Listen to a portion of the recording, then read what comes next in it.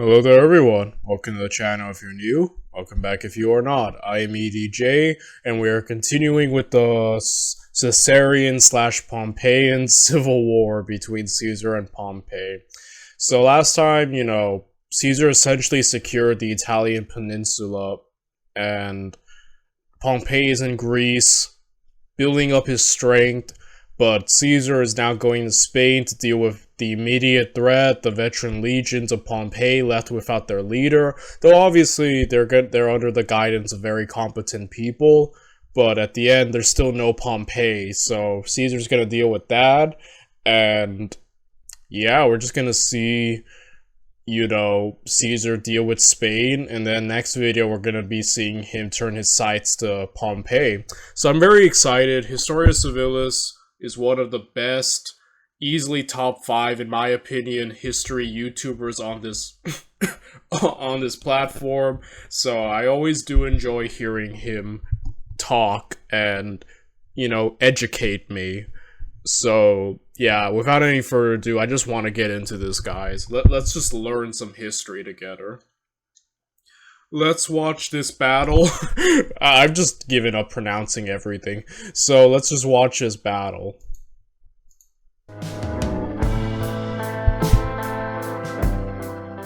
By spring of the year 49 BCE, Julius Caesar, with Italy under his control, faced the possibility of fighting a war on multiple fronts.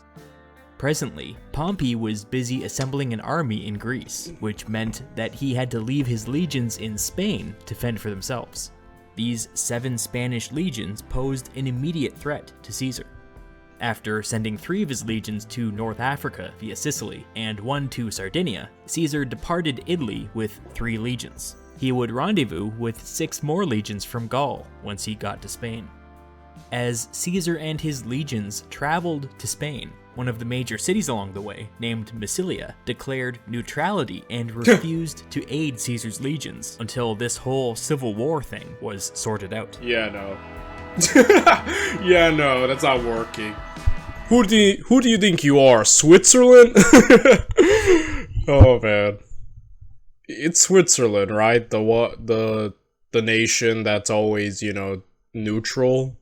I was looking up. I think it is Switzerland. That their defense is amazing. They like invading them is a hard endeavor that even Hitler didn't do it.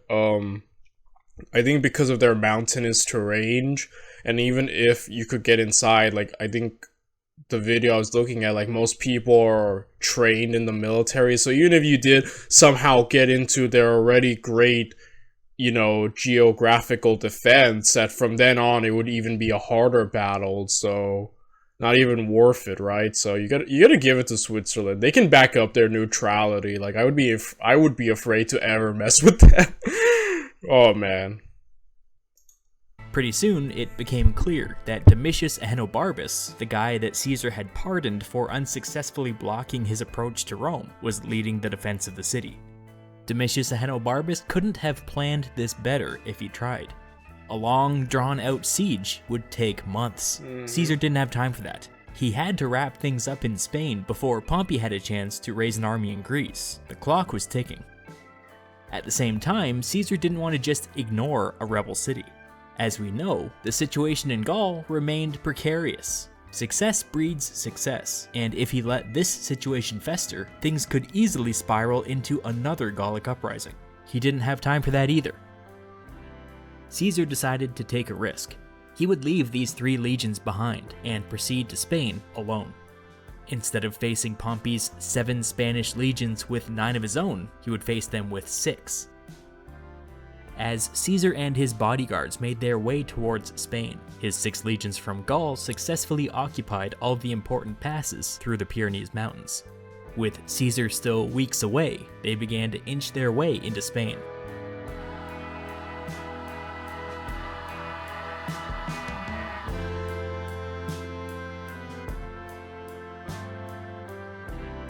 Before too long, they encountered the Pompeian army. They were sitting on a fantastic defensive position. The Pompeians were encamped high up on a ridge, The town of Ilerda, just behind them, controlled access to the only bridge across the river. There were also mountains to the south. If the Caesarians crossed the river, they would be stuck between a hill, a river, and some mountains. Resupply across the river would be extremely difficult, and with bottlenecks in every direction, escape would be nearly impossible. If Caesar decided to attack, he would be attacking uphill. If he decided to wait, the Pompeians could cut his supply lines. If he decided to retreat, the Pompeians could stop him at any of the bottlenecks. It wasn't all good news for the Pompeians, though. Of the 7 legions in Spain, only 5 had been able to get there in time. The other 2 legions were dealing with stuff hundreds of kilometers away. So the Caesarian legions outnumbered the Pompeian legions 6-5, but bear in mind that most of the Caesarian legions were at half strength, which meant that in the end, the Pompeians probably had a slight numerical advantage. When Caesar's legions arrived, the legate in charge ordered 2 new bridges built, and within a few days, the entire group had crossed the river into that terrible position between the hill, the river, and the mountains. This was exactly what the Pompeians wanted them to do, so they just sat back and watched. The Caesarians decided to settle in and wait. This would strain their supply lines, and both sides knew this. The Caesarians sent foraging parties far and wide to reduce the strain, and the Pompeians sent patrols to challenge them. Then, something weird happened. One day, when the Caesarians were foraging on the other side of the river, one of the bridges just collapsed. With the Caesarians unexpectedly cut off, the Pompeians responded quickly by sending all of their cavalry across their bridge. This was a total disaster. The stranded Caesarians didn't stand a chance against that many Pompeians. Back at the Caesarian camp, they hatched a pretty risky plan to save their stranded units. A small detachment of infantry was sent out on its own, marching 6 kilometers north at a breakneck pace and crossing the second bridge. On the other side of the river, they caught sight of the stranded Caesarians, making a last stand. The infantry were protecting the cavalry in a defensive square, with their javelins pointing outward like spears. The Pompeian cavalry were charging over and over again, but each time the Caesarian infantry held their ground. When the exhausted Caesarian reinforcements showed up, the Pompeian cavalry turned and fled. Neither side suffered very many casualties, but because of the Caesarian infantry, total disaster was averted. Yeah, once again, you have to see the sheer discipline of Roman units that even outnumbered, especially with Caesar's men, outnumbered so many times, facing the full brunt of an enemy attack and yet never breaking and always managing to hold on until reinforcements and aid come.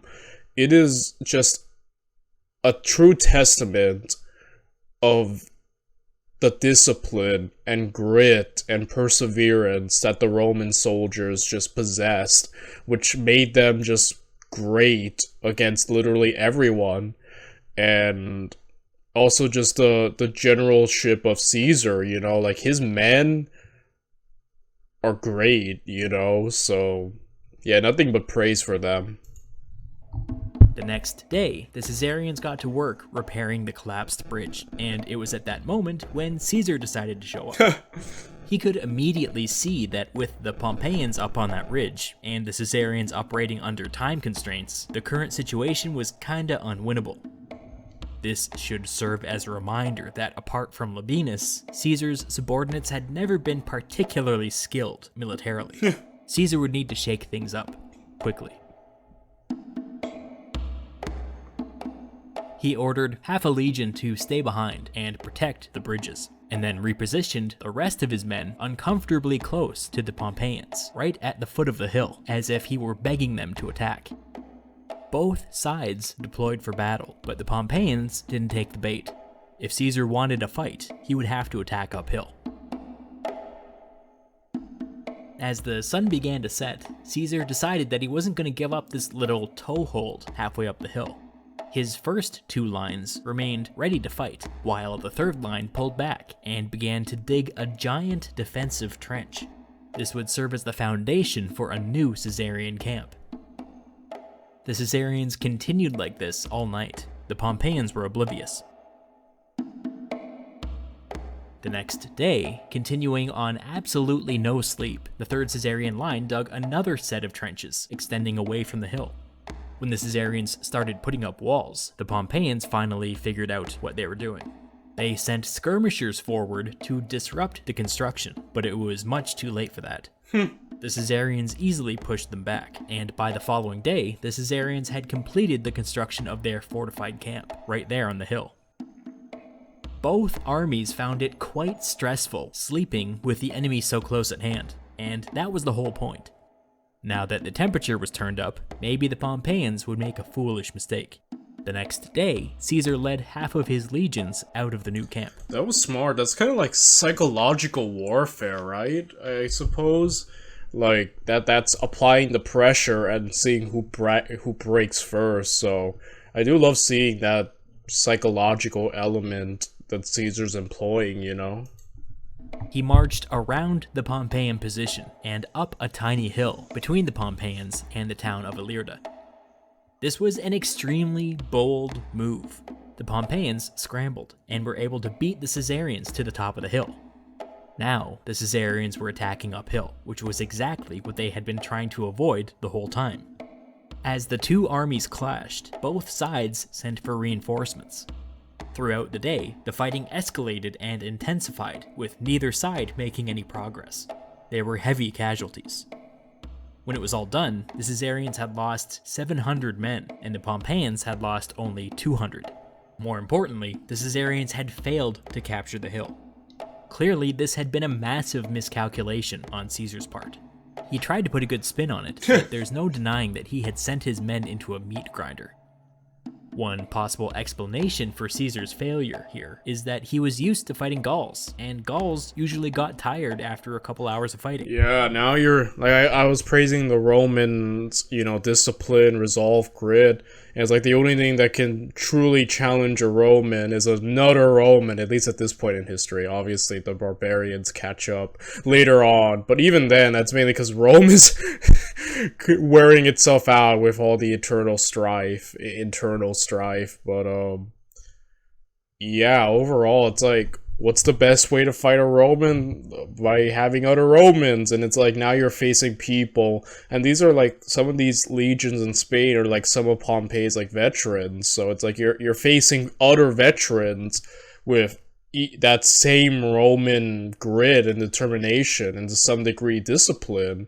So yeah, obviously now you're facing much more worthy adversaries than the Gauls. No offense to the Gauls, you know, but obviously they're no Romans at this point in history. They're no legions, and yeah, and I think now Caesar's like, oh, now I'm facing the big boys, you know? Roman legions knew how to pace themselves and fight all day. Plus, these Pompeian legions in particular had cut their teeth campaigning against the Spanish hill tribes. Caesar had underestimated his enemy.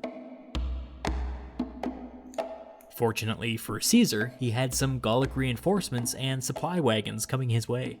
In light of his recent defeat, he was going to need them. But now, Caesar's luck decided to run out. It began to rain relentlessly for days on end. Hostilities ground to a halt, and the Gallic reinforcements were forced to stop and find shelter. And the bad luck didn't stop there. As the days went by, the river swelled until eventually it washed away both of the Caesarian bridges. Now, the only way across the river was the bridge at Ilerda, which was under Pompeian control. Whenever the Caesarian reinforcements arrived, they would be sitting ducks for the Pompeian cavalry.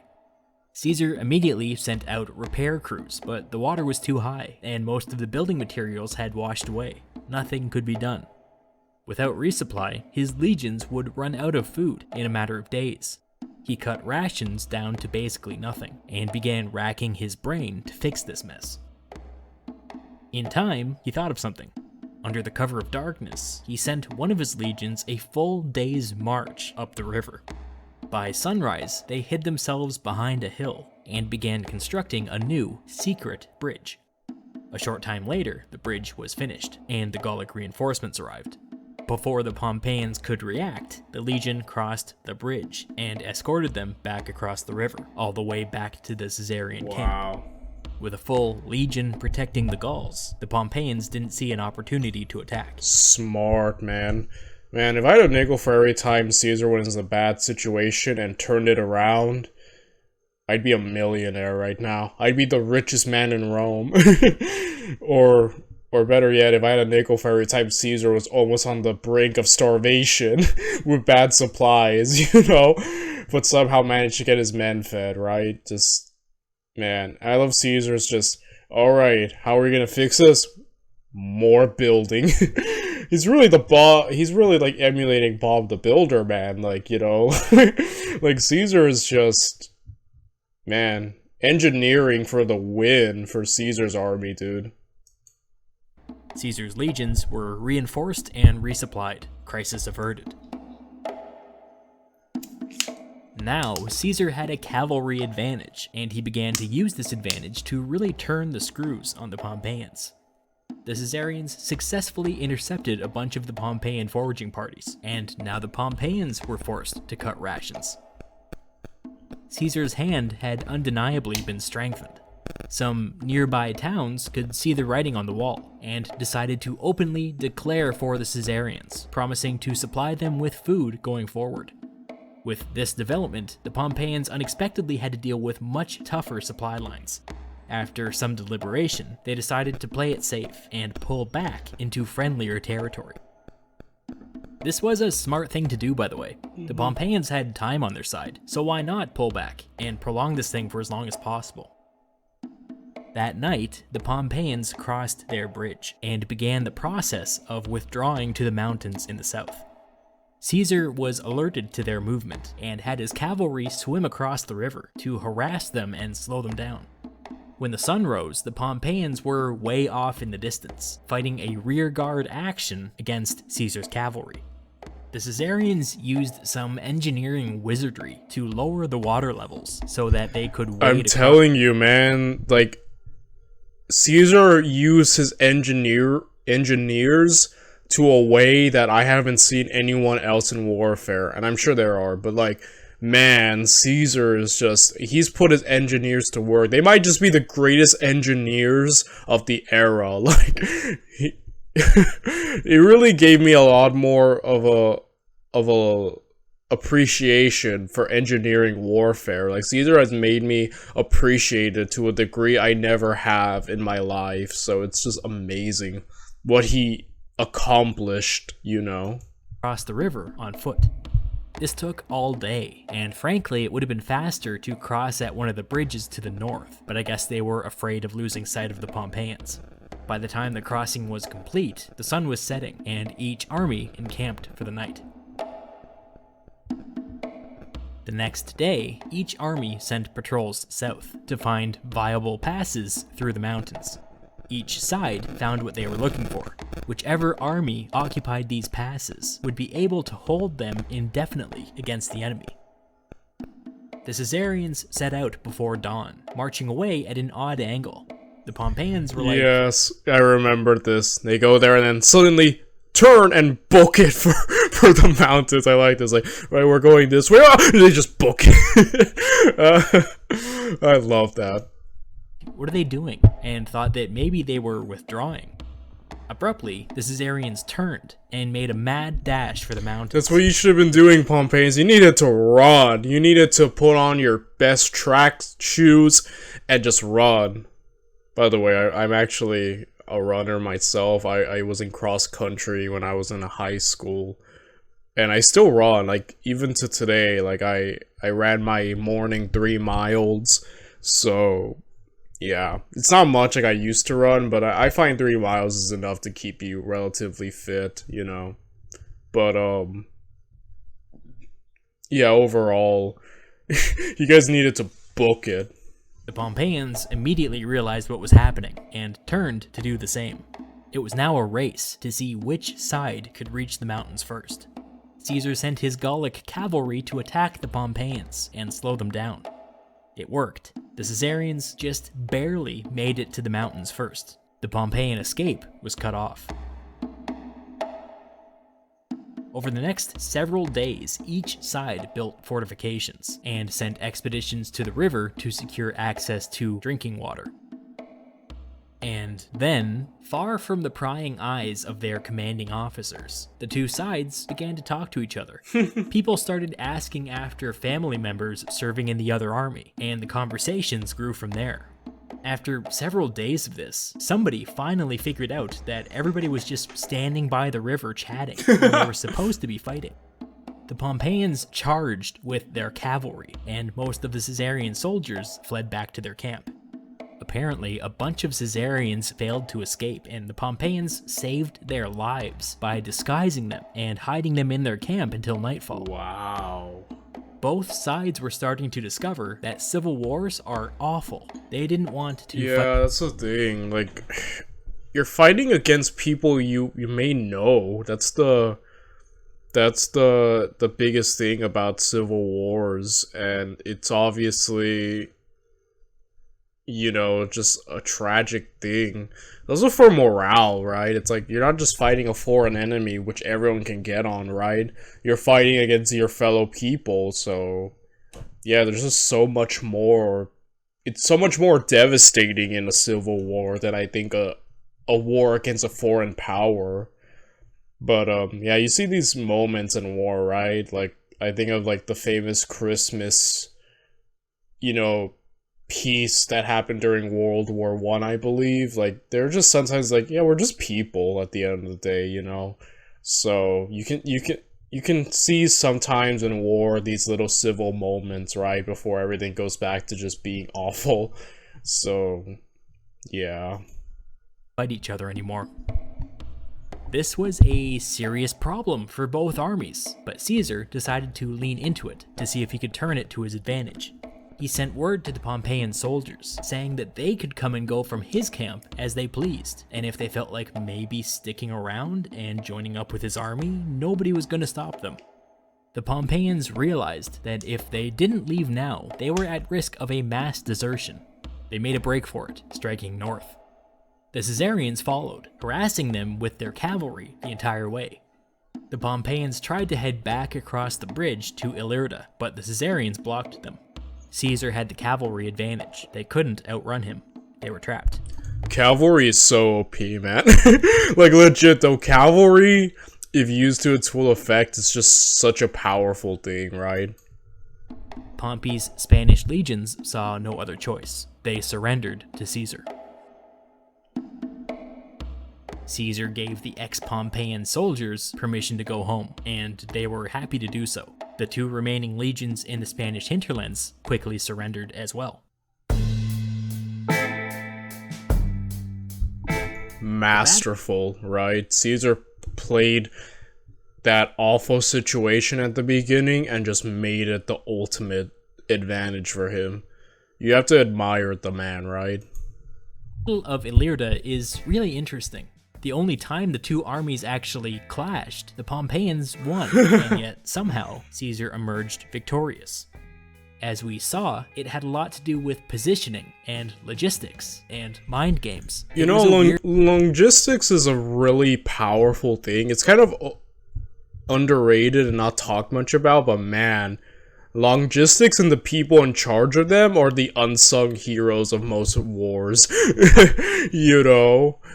And yeah, it just goes to show you, just completely win a war, or like this entire battle, just by positioning, having good logistics, and playing enough mind games, and just all of that without any big major battle. It gives you a new appreciation for the intricacies of warfare and just how much goes into it.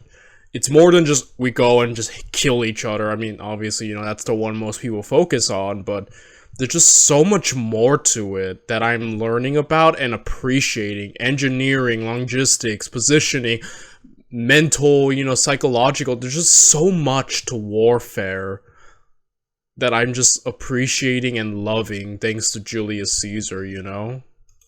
Weird way to win a victory. And with that victory, Caesar was able to take control of Spain and wipe Pompey's most experienced legions off the map. There was also some happy news from Transalpine Gaul. The siege of Massilia was over, and the Caesarians had captured the city. However, in the confusion, Domitius Ahenobarbus had managed to escape on a ship. This was the second time that he had thrown a wrench into Caesar's plans, and this time he was pretty successful. He'd be back.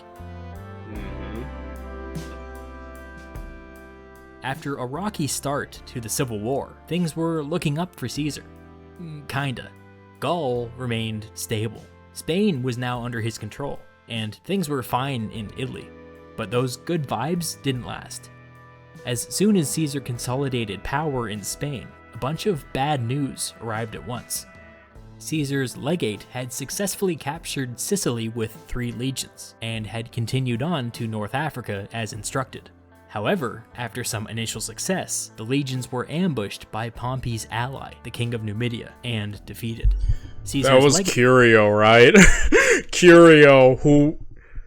a very interesting man. I remember for Kings in general. He showed up here, he made some blunders, but he was doing overall well. You're kind of rooting for him, and then he made that bad call of going after the enemy, and then he just got surrounded and murdered, kind of ending the whole African campaign just there. Legate died fighting, and the majority of that army was captured and then executed. 2 full legions were lost. The bad news didn't stop there. Gaius Antonius, Mark Antony's brother, was in Illyricum commanding 1.5 legions, with instructions to capture some rebel towns and keep the Pompeians at arm's length. Gaius was pretty much immediately captured by the Pompeians, and his 1.5 legions enthusiastically agreed to switch sides. For the Caesarians, the whole thing was a humiliating setback. The weather was beginning to turn, so Caesar divided up his legions and made plans to return to Rome for the winter. But he was in for one more wave of bad news. When Caesar's 9th legion arrived in Transalpine Gaul, they mutinied. This was a shock to everybody. This legion had served under Caesar for a solid decade, and only a few months earlier had helped Caesar conquer Spain with no issues. The thing is, their tour of duty was up. Caesar knew this, and had promised them a hefty bonus if they agreed to stay on until the end of the Civil War. They had reluctantly agreed to do so, but Caesar was low on funds again, and had failed to pay them. This was all compounded by the fact that they were not that keen on fighting their fellow Romans. The 9th Legion was not unique. Most of Caesar's legions were pretty old and approaching retirement. If the 9th Legion got away with this, others might follow suit. Caesar could potentially lose half of his legions overnight. He went to Transalpine Gaul and personally spoke to the soldiers, saying, "I want this war to end as quickly as possible, just like you." He reminded them how his victories in Gaul had made them all rich, and accused them of abandoning him when he needed them most. This guilt trip worked. Caesar then threatened to decimate the legion, which would mean the execution of every 10th soldier. The men begged him to reconsider, which he did. In the end... Yeah, Caesar was a master of handling mutinies. Like, the man dealt with several more, and he just... the way he dealt with them with such ease, like, wow. From guilt tripping to threatening them to just, like... Caesar just was on another level, man. Just so skilled in everything, you know? The man could do it all. So, just overall, a lot of praise for him. The man was definitely gifted, you know? And 12 of the ringleaders were executed, and the 9th Legion was returned to the fold. More importantly, no other legions mutinied.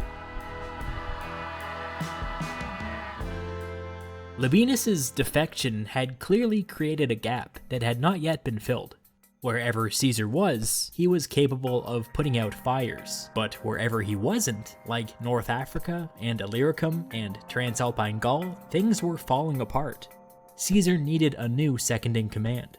Mark Antony was extremely loyal, but he was an inexperienced commander and was developing into an unsubtle and unpopular politician.